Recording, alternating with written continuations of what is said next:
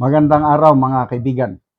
Bigyan natin ng reaction, opinion itong video posted by Senator Rodante Marcoleta. Sikat na siya ngayon. In-interview siya ng RT International. It's a foreign media network naka-base sa Moscow, Russia.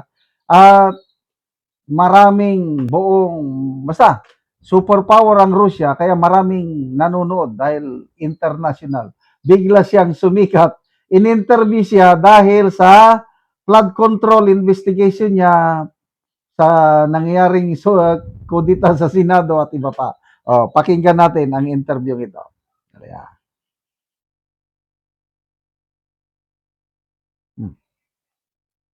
Hello to you, sir. Thank you so much. Recent political turmoil in the Philippines, as you well know, has ranged from protest over the ICC case against Mr. Duterte to a reshuffling of the Senate. How would you describe the political climate in your nation right now? It's not stable in a manner of speaking. I'm particularly referring to the Philippine Senate when, as you have observed lately, the leadership of the Senate is always under siege. The minority is now taking all what they can in order for them to wrest the leadership once again on their side. So this is how I can describe the Senate and its activities today. You yourself, sir, are now required to seek permission before traveling abroad. Is that correct? And is it anything to do with your links with Mr. Duterte or other domestic issues? That is the perception, number one. Number two, because of my advocacy, that the latest flood control scandal, that is the largest, I would say,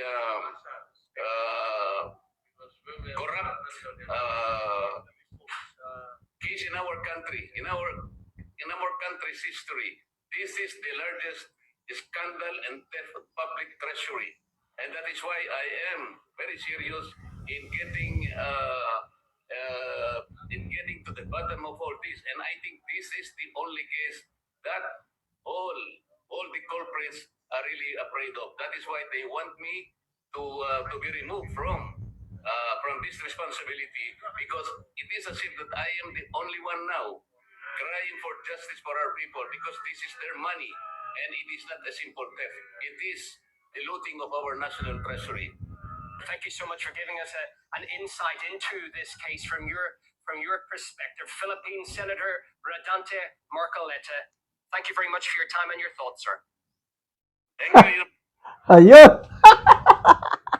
Maraming the greatest theft in our nation's history. Kaya gusto nila akong patigilin. Meron na siyang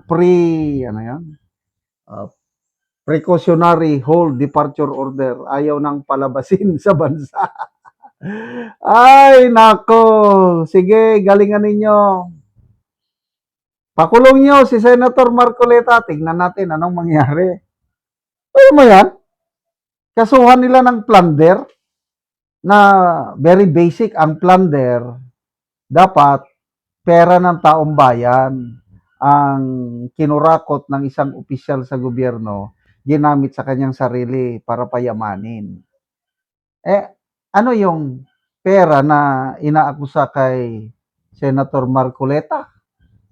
Donasyon ng mga private individuals noong kampanya niya sa 2025 midterm election. Paano naging plunder yun? Kita mo yung panggigipit nila. Kaya salamat dito sa Russian TV International Network, biglang sumikat. Meron na bang senador na na-interview ng international media? Kasi sumikat din ang Senado nung putukan. Nung May 13 yan, balitang-balita sa buong mundo. Kaya ibang style ang Pilipino yung nangyari sa atin. Balitado tayo dahil sa yan, yung greatest corruption history in our country, balitang-balita yan. Yung flood control. Yung pagbubulgar ni Senator Aimee, ang kapatid niya, gumagamit ng ipinagbabawal na gamot. Balita rin yan. Yung pagkidnap nila kay Tatay Digong, balita sa buong mundo yan.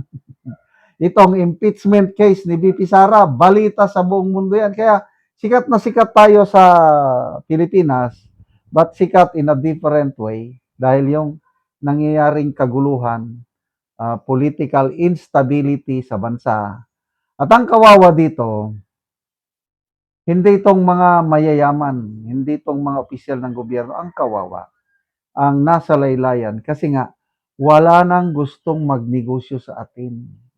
Foreign direct investment, halos wala na. Kaya bumabagsak ang ating ekonomiya. Ano pa? Yung ating stock, Philippine Stock Index, tayo ang pinakamababa sa buong ASEAN. Peso to dollar rate, tayo na ang pinakamababa sa buong ASEAN. Tumansad na ang ating peso. 61.75 yung huling na monitor ko, ay hindi ko na alam ngayon. May nag-predict na isang economist, baka daw hanggang 2028, pag alis ng administrasyong ito, baka aabot ng 65 pesos ang palitan ng $1. Well, in a way, parang pabor na pabor sa ating mga OFWs. Pabor din sa akin bilang vlogger dahil dollar yung sweldo namin. But in the long run, kawawa tayong lahat dahil nga sa inflation. Pinakamataas ang inflation natin last month at 7.2%. Lahat nagmahal na. So, salamat, Senator Marcoleta. God bless you and the brave 13 senators. We pray, nagdarasal ako na intact palagi ang brave 13. Walang kakala sa kanila para tuloy-tuloy na itong ginagawa nila sa Senado para imbestigahan itong flood control scam na ito. Salamat mga kaibigan sa inyong pagsubaybay sa channel nito. Nakakatulong kayo ng malaki sa tribong Talandig ng Bukidnon dahil ang sweldo natin sa channel na ito is pantulong sa tribo. Namimigay tayo ng libreng yero at pako para makapagpatayo sila ng mas maayos na tirahan. Panoorin nyo ang video nito. Ko sa balay sa tabangan na mo ge o mo na ni ang itsura sa iyang atop nga iyang pag-atopan karon sa gihatag nga yero. Makita nato nga dagko na gid og pusdot o karaan na gid ang yero.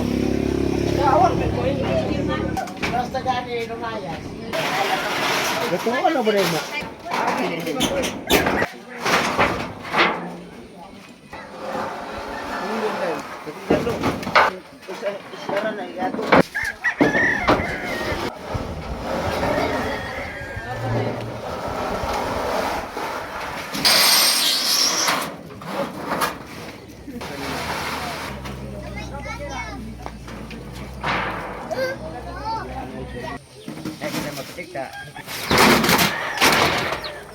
Ano ni ang gitabang nga yero?